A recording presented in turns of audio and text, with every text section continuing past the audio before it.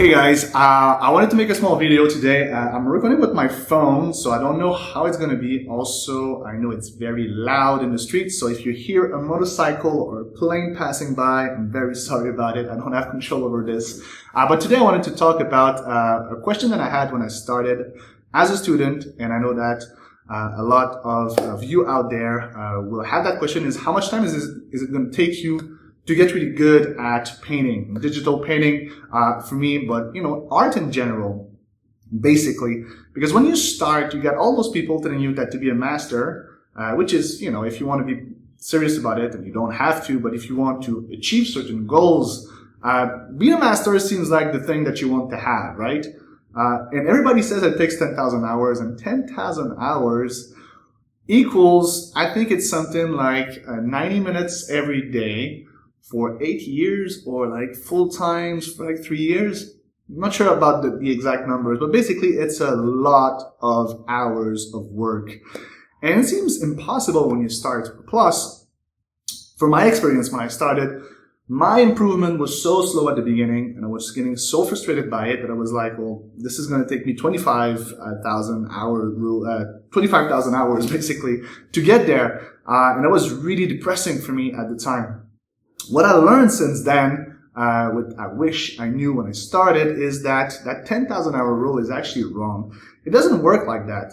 Let me explain this. Is if you're sitting in front of a computer and just working and expect to have, to have results, no matter how much time.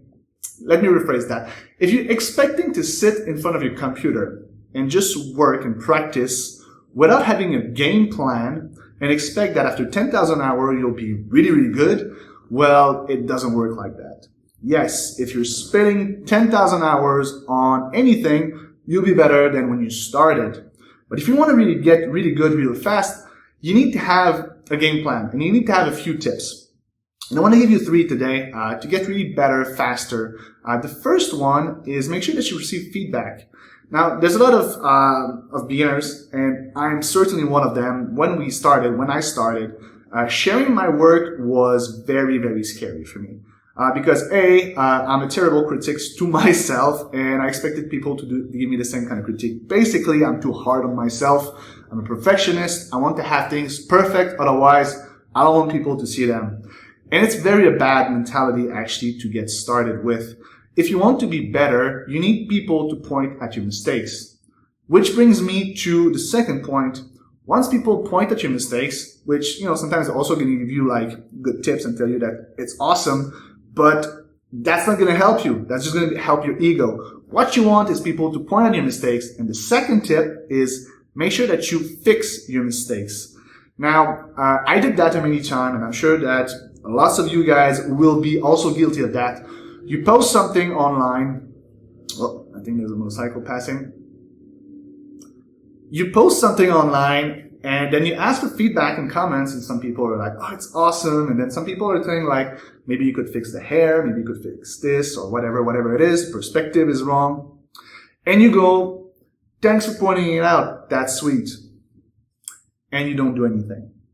Now, I did that so many times, and it's wrong. It's wrong. If you want to get good at something, don't expect yourself to fix the problem of one painting on the next one. You need to fix it on this one. What you need to do is take that painting, fix the mistakes. It's this way you're going to learn how to do it for the next time, and you'll remember it. So you need feedback, and you need to work on the mistakes when people are giving you that feedback. And the third thing is absolutely awesome. It's something that I started to do now years ago, and it's teaching. And I really love this one because anybody can do it, but it's not everybody that knows that they can do it. Now, if you are a student, all right, and you start at the base, you still have more knowledge than someone that didn't start, right?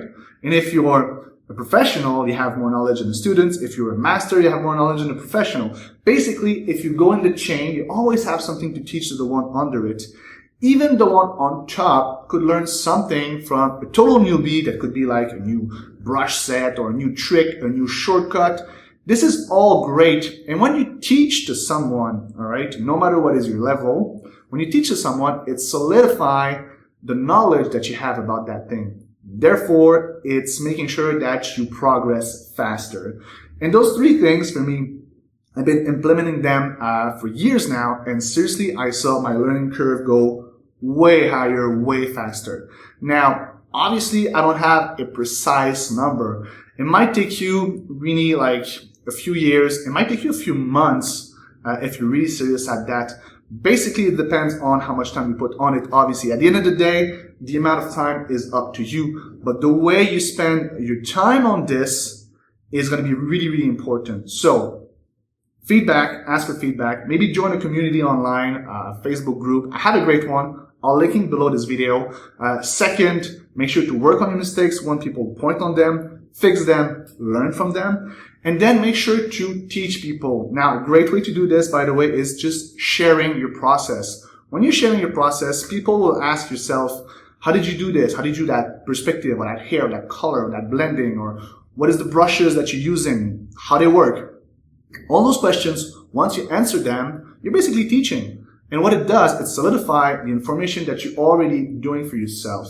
So, teaching can take many forms, basically. I'm not telling you start doing videos if you don't want to do that. That's absolutely fine. But to just share the material that you're doing, it could be a step-by-step process of your own process for your own art. It's going to help a lot of people. And this way, you are going to learn faster. So, that's the video I want to do for today, guys. I'm intending to do a little bit more of those videos. I think they're really important where you can share, and I can share my thought process and how I think of art in general. If you have something that you would like to know, please let me know in the comment below. And until I do a next video, happy painting, guys. Have a good day.